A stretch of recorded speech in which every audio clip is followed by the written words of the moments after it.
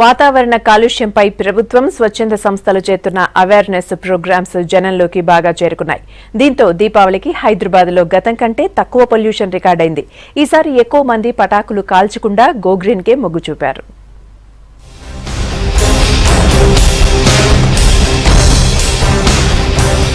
పర్యావరణ రక్షణకు మేము సైతం అంటున్నారు నగర జనం. ఈసారి దీపావళి వేడుకల్లో తక్కువగా పటాకులు కాల్చి పొల్యూషన్ తగ్గించినట్లు పీసీబీ లెక్కలు చెబుతున్నాయి. ఇప్పటికే సిటీలోని ప్రజలు రకరకాల పొల్యూషన్స్ తో ఇబ్బంది పడుతుండటంతో స్వచ్ఛందంగా పటాకులు కాల్చడం తగ్గించారు. దీంతో దేశంలోని ఇతర పట్టణాలతో పోలిస్తే హైదరాబాద్లో దీపావళి పటాకుల పొల్యూషన్ తగ్గినట్లు తెలుస్తోంది.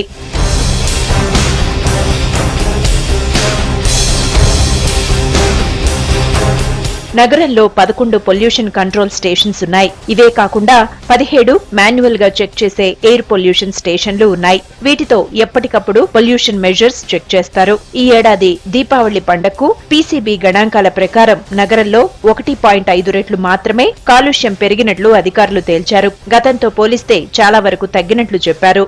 దీపావళికి ఒక 1 వీక్ ముందు తర్వాత దీపావళి నాడు మానిటరింగ్ అనేది చేయడం జరుగుతుంది అనమాట. ఆ డేటా చూసినట్టయితే మనకు 24 కంటే 30 వరకు వాల్యూస్ ఏంటంటే సుమారు 50 నుంచి 80% వరకు పెరిగాయి. రెట్టింపు కాలేదు. డస్ట్ లెవెల్స్ లో రెట్టింపు అనేది కనిపించలేదు. ఇదే కనుక మేము గత సంవత్సరం డేటా చూసినట్టయితే అప్పుడు 3 రెట్ల వరకు పెరిగింది డస్ట్. అది 2 నుంచి 3 రెట్ల వరకు అప్పుడు కనిపించింది.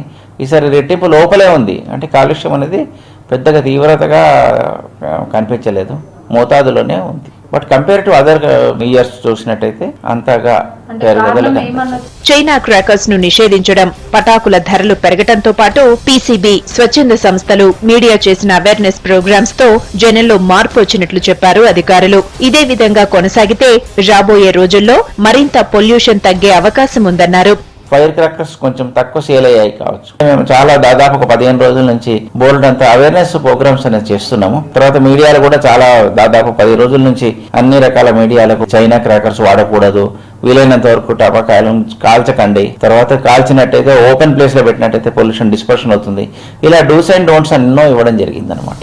పిల్లలు ప్రమాదాల బారిన పడకుండా ఉండేందుకు ఈ దీపావళిని సౌండ్ లేని క్రాకర్స్ తో సెలబ్రేట్ చేసినట్లు చెప్పారు పేరెంట్స్. పెరిగిన ధరలతో పాటు పర్యావరణాన్ని రక్షించేందుకే ఈ ఏడాది తక్కువ పటాకులు కొనుగోలు చేశామన్నారు కొందరు. పిల్లల హెల్త్ వైజ్, ఎన్విరాన్మెంట్ వైజ్ గా చాలా తగ్గించాం. ఇంట్లో మామూలుగా బొమ్మల కొళ్ళు పెట్టుకొని అలా హ్యాపీగా చేసుకున్నాం. ఎన్విరాన్మెంట్ గురించి ఆలోచించి క్రాకర్సే కావాలని కదా వాళ్ళకి చెప్తే అయిపోతే. టీవీలో ఎన్నో చూపిస్తున్నారు, అవి చూపిస్తే ఇలా తాకుద్ది, కన్ను హెయిర్ ఐ ప్రాబ్లం అవుతుంది, అలా ఇలా అని చెప్తే పిల్లలు వింటారు కదా.